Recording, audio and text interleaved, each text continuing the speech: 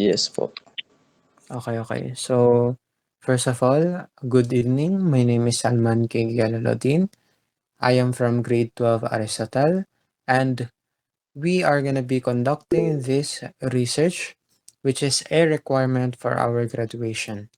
So, we are very thankful for you for accepting this request of us to interview you.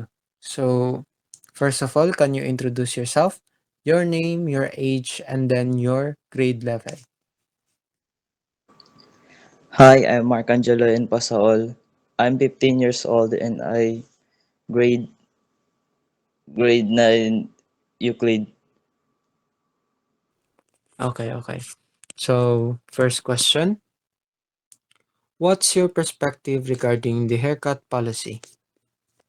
Kumbaga, ano yung paningin or pananaw mo tungkol sa haircut policy? Like, anong view mo ganun? Super strict siya pag na araw na dapat na nagpagupit ka na, wala ka na magagawa kahit magrason ka pa. So ganun yung paningin mo when it comes to haircut policy, no? Okay, so second question, what do you observe ever since the policy is implemented? Kumbaga, ano yung mga napansin mo nung nalaman mo na implemented pala tong haircut policy na 'to? For what I've observed, ever since this policy is implemented, it makes you feel awful of yourself as a male student, you know.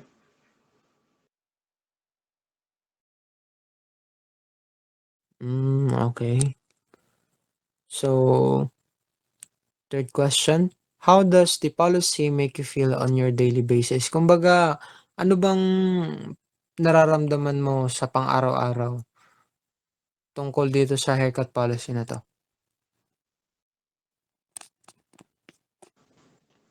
Nakakababa siya ng confidence, mapa-school man or kahit saan.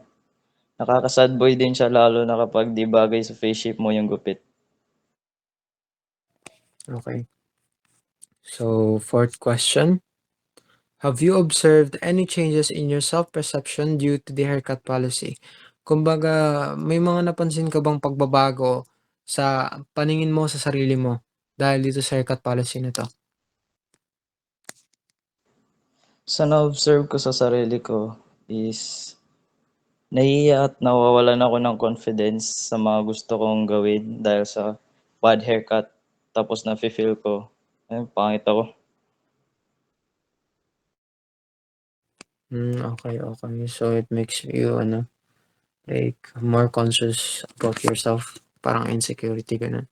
So, fifth question, have you observed any changes to your social interactions due to the haircut policy?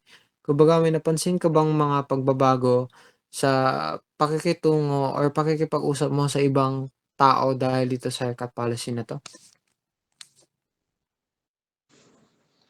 Nawawalan ako ng gana at confidence sa mga sasabihin ko dahil sa bad haircut. Okay, so sixth question, have you observed any changes to your emotional and psychological well-being due to the haircut policy? Kumbaga, may mga napansin ka bang pagbabago sa emotional and psychological well-being mo dahil dun sa haircut policy? Like for example, yung mental health mo, yung self-confidence mo, ganun, or na-insecure ka, or malungkot ka, masaya, ganito, dahil dun sa haircut policy na yun.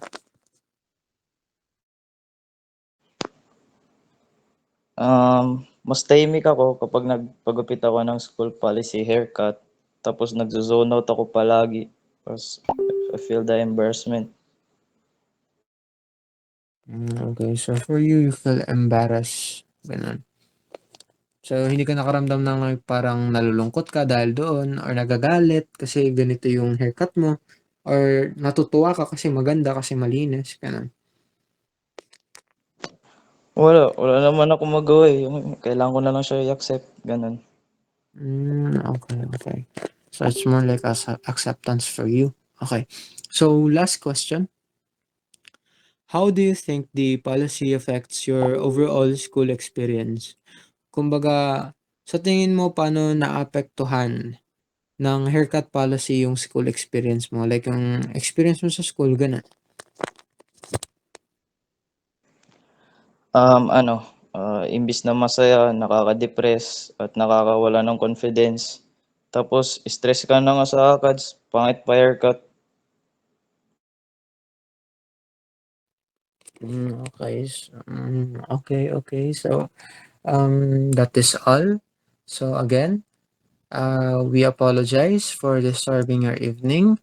And then we are very thankful for you for accepting our request for this interview. So, kung gusto niyo mag-leave, pwede na po kayong mag-leave. And if gusto niyo magstay, pwede po kayong magstay. Pero, again, just keep your mic muted para hindi maistorbo yung next interviewee. Okay! Next interview. Nakat na yun, di ba?